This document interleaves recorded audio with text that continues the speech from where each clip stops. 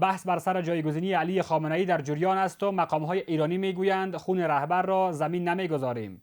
لاریجانی و قالیباف گفتند جمهوری اسلامی برای پس از خامنه‌ای هم برنامه دارد و چنان ضربه خطرناک به امریکا و اسرائیل خواهد زد که تاریخ نظیرش را ندیده باشد. عراقچی سقوط نظام را خیال خام خواند و ترامپ از تشدید تنش‌ها هشدار داد. اینجا در افغانستان جنگ وقفه‌ای، پهپادی و پراکنده با پاکستان جریان دارد. سلام. و این بخش خبر و تحلیل از یک خوش آمدید. من احمد شاه شکوهمند میزبانتان در این برنامه هستم و این مهم‌ها را بحث میگیرم با دکتر سید بلال احمد فاطمی، آگاه ارشد روابط بین الملل که از لندن با ما پیوستند. آقای فاطمی بسیار ممنون که فرصت دادین. علی خامنه‌ای رهبر جمهوری اسلامی ایران جان باخت و تلاش‌ها برای جایگزینی و حفظ و بقای نظام همچنان در جریان است. ترامپ هم از اون تشدیدهای تنشی که ایران هشدار داد نگرانی کرده و گفته که ممکن پاسخ کوبنده تر بتن. به این پاسخی که مقام های ایرانی قرار است خیلی بزرگ هم گفتن انجام خواهد دادن. اوضاع به کجا میره؟ بسم الله الرحمن الرحیم. سلام و احترام با شما و بیننده های سرویس خبری شما. علیکم سلام.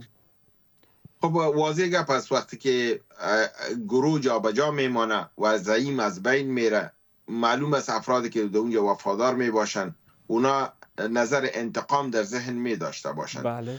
باز انتقام تا انتقام فرق میکنه. انتقام سیاسی، انتقام یک زعیم وقتی که بقای نظامشم در دنبال باشه او سختتر می باشه. بله. اگر فرضاً نظام به دست سپاه پاسداران مفته انتقام شدیدی را در منطقه خواهد دیدن و اگر نظام به دست زعمای سیاسی افتاد او از نظامی ها قدرت نگرفتن در او صورت به او رقمی که متوقع است ما شما به حساب بدل نخواهیم دید که اینا به حساب قصور خود بگیرن.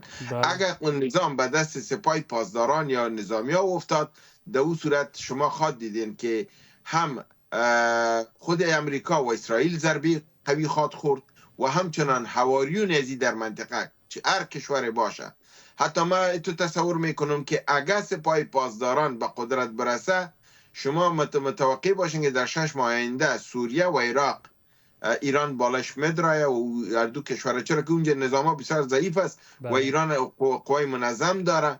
اگر بخواین وقتی که شما به جنگ آمدین و پروای امریکا و امریکا هم زده باشن، ضعیف کرده باشن در منطقه، در اون صورت باز که امریکا و اسرائیل ضعیف شده باشه باز گرفتن سوریه و عراق برای ایران مشکلی نداره. بله. اما اگر فرضاً نظام به او رقم به دست سپاه پاسداران نیفتاد و به دست یک جانشین افتاد که او از سیاسیون باشه، در اون صورت باز گپ به طرف تفاهم میره، جنگ فرونشین میشه و با امریکا صورت میگیره و به یک راه تفاهم میرسن. حال حاضر که میدان پشتدار و تهدید داغ است، صحبت‌های بسیار تند و از همچنان که از آقای قالیباف داشتیم، از لاریجانی داشتیم و از دیگر مقام‌های سپاه پاسداران همچنان. فکر میکنین حالا اوضاع چگونه هست؟ چی ارزیابی قابل ارزیابی سپاه پاسداران، سیاسیون چگونه میشه؟ خب فعلا در حالت جنگ هستن، قدرت در دست نظامی است. چرا که نظامی ها می جنگن، جنگ تدبیر اونا میگیرن. سرقماندان های آلایی که فعال در میدان بودن اونا به شهادت رسیدن. زعمایی که مسئولیت سیاسی را داشتن اونا به شهادت رسیدن. یعنی یک نفر نیست، دو نفر نیست. میبینن که علی خامنه‌ای با پسرش، علی شمخانی، علی اکبر ولایتی، محمد پاکپور، امیر حاتمی، عبدالسید عبدالرحیم موسوی، اسماعیل خاقانی و غلامرضا سلیمانی، این کلگی هم سیاسیون است، هم روحانیون است و هم نظامی است. یعنی دایی حدود 9 نفر، 5 ازی نظامی است، 2 ازی روحانی است و 2 دیگه ازی سیاسی است. از این بابت شما میبینین که امی یک کامبینیشن قوی از اینا از دست رفته.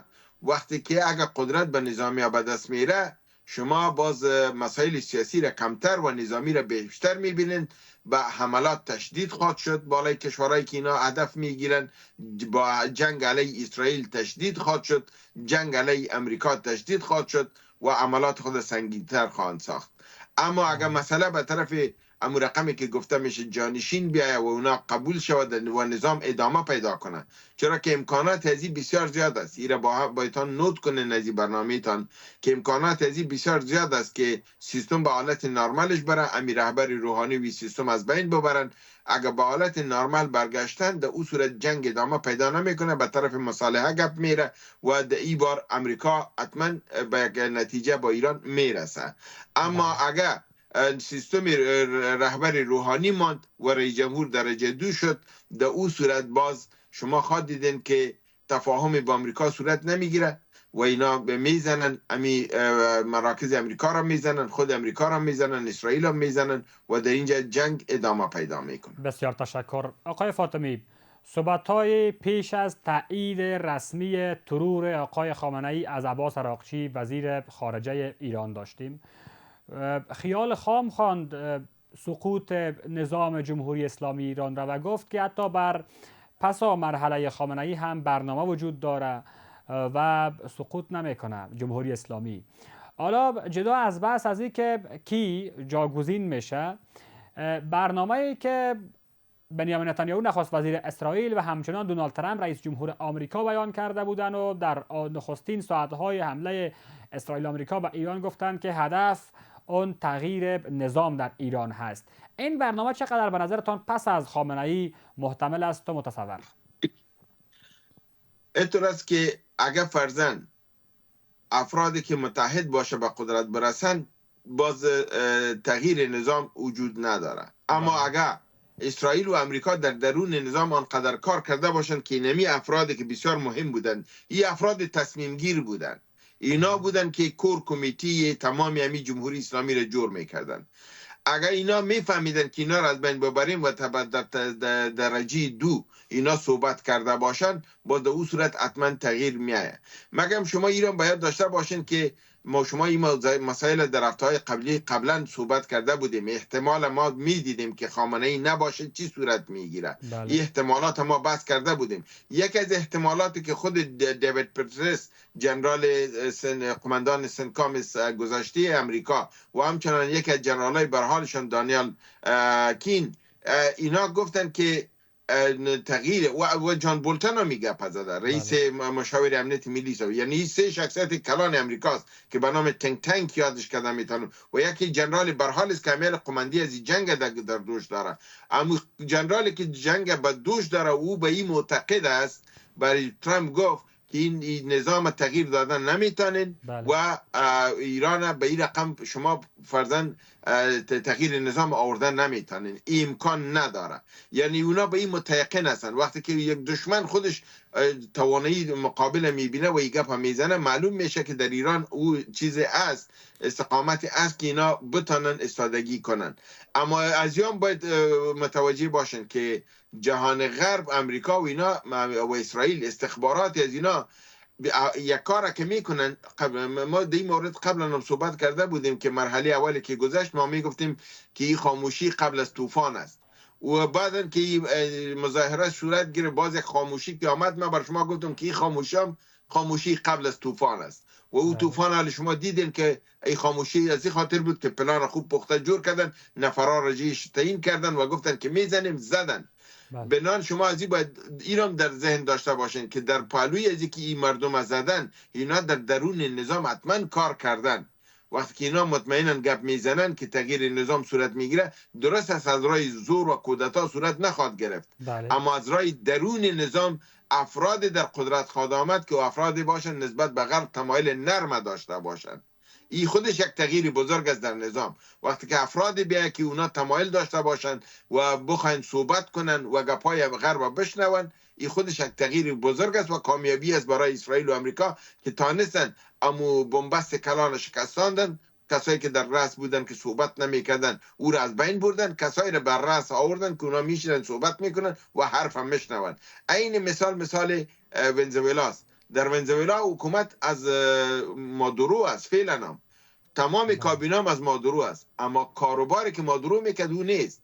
با امریکا کردن، سازش کردن، گپای امریکا را قبول کردن، تمام شرایطش قبول کردن. امریکا گفت بیغم ده چوکی چیشته باش، برای من مهمی است که تو برای من سیب میتی، ای که سیب با چی رقم میتی و مشکل و کار علایده است. ما سیب کارم است، خوشت که چشم بسته میتی، در تاریکی میتی، در روشنی میتی، سیب با کارم است. در ایران هم سیب با کارشان است. ای که سیب با چی رقم به امریکا میتن او مهم نیست، به ضرورت نداره که اون نظام باز از راه زور تغییر بده. وقتی که از راه رضایت یک کار میشه و اینا کار کرده باشن، و این گپ ترامپ هفته گذشته گفت که در اونجا افراد اهل وجود داره در درون ایران که قدرت بگیرن و تغییر نظام کنن. شاید اونمون نفرای اهل اینا و قبلا گپ زده باشن که یکی از اون نفرا، 2 نفرش نظربند شده بود در دوران خامنه ای، ممکن آن آزاد شوند. اگه اونا آزاد شدن شما باز بفهمین که در ایران تغییر میاد. و او 2 نفر کی بود؟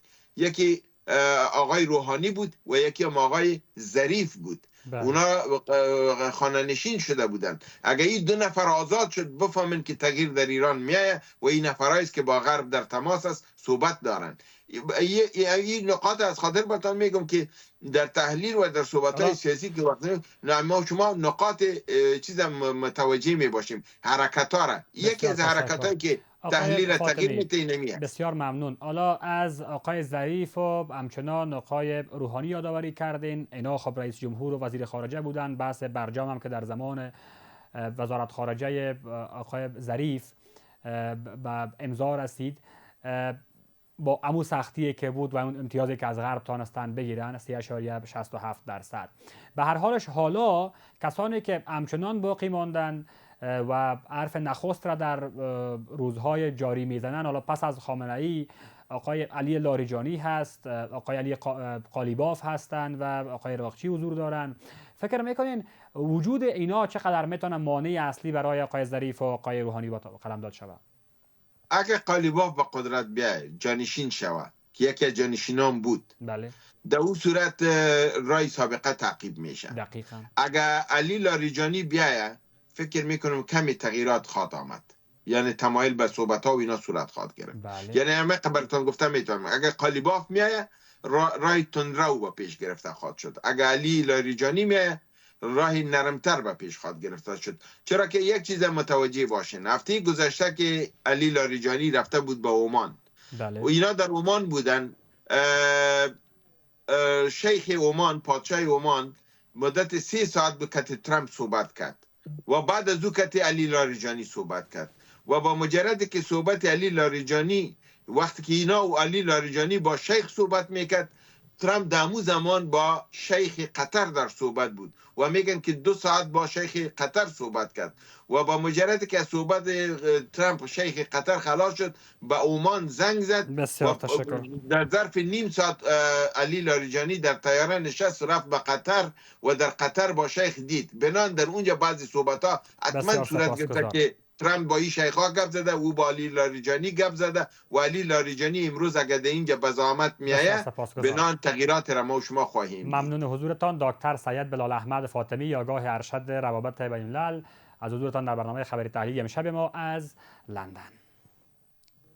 و بیننده های عزیز، همکارم ندیم بهرام در همین مورد گزارش آماده کرده که با هم میبینیم. انا لله و انا الیه راجعون. ملت بزرگ ایران، روح بلند پیشوای ملت بزرگ ایران و پیشقراول امت اسلامی حضرت امام خامنه ای با نوشیدن شهد گوارای شهادت در ماه مبارک رمضان به ملکوت اعلی پیوست. علی خامنه ای رهبر جمهوری اسلامی ایران جان باخت. رهبر و امام مسلمین حضرت آیت الله العظما سید علی حسینی خامنه ای در راه سربلندی حرم جمهوری اسلامی ایران شهد گوارای شهادت را نوشیدند و به ملکوت اعلی پیوستند.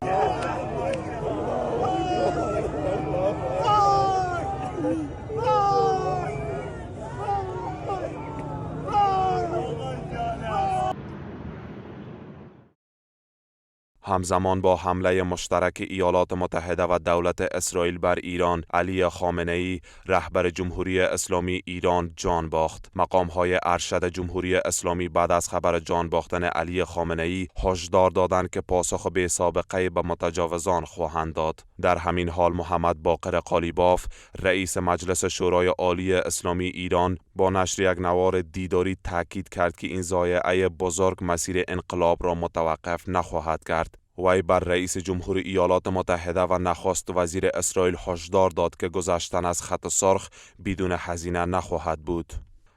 همینجا خیلی صریح و شفاف به ترامپ و نتانیاهو و عوامل و ایادی آنها میگویم، دوباره تأکید میکنم، هم به این دو جانی کثیف و هم به همه عوامل آنها میگویم، شما پا روی خط قرمز ما گذاشته اید و باید هزینه آن را بدهید. این برای ما نه فقط یک جنگ وجودی بلکه خشم فروخفته است که زمان انتقام نهایی آن فرا رسیده است. در اون جنگ همزمان با این علی لاریجانی دبیر شورای عالی امنیت ملی جمهوری اسلامی همچنان با نشر خبر جان باختن علی خامنه‌ای هشدار داد که دشمنان ایران قلب مردم ایران را سوزاندند و قلبشان را خواهیم سوزاند. خب این حادثه بسیار تلخی برای ما همه ملت ایران است. یعنی آمریکا و صهیونیست‌ها با این کارشون عملاً شرایطی رو برای ایران به وجود آوردن و برای ملت ایران که باید بگیم قلب ملت ایران رو سوزاندن. ما قلبشون رو میسوزانیم.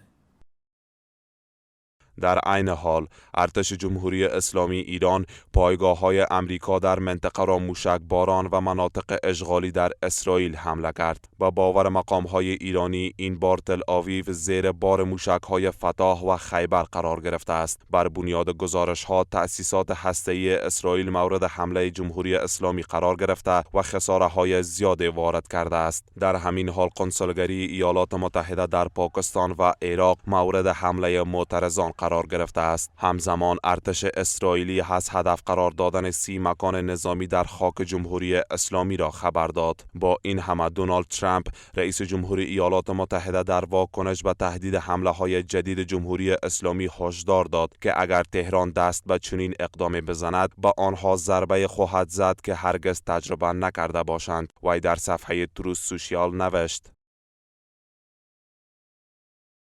ایران اعلام کرد که امروز حمله‌های بسیار شدید انجام خواهد داد که شدیدتر از هر زمان دیگر خواهد بود. بهتر است این کار را انجام ندهند وگرنه ضربه به آنها خواهم زد که هرگز ندیده باشند. این همه در حالی است که ایران تمامی پایگاه‌های امریکا در خاورمیانه را بار دیگر موشک باران کرده است و این روند همچنان ادامه دارد. به همین ترتیب رسیدیم به پایان مجموع خبرهای ساعت 10 شب از تلویزیون جهانی 1. از توجه و همراهی شما سپاسگزار. وقتتان بخیر و خدا نگهدار.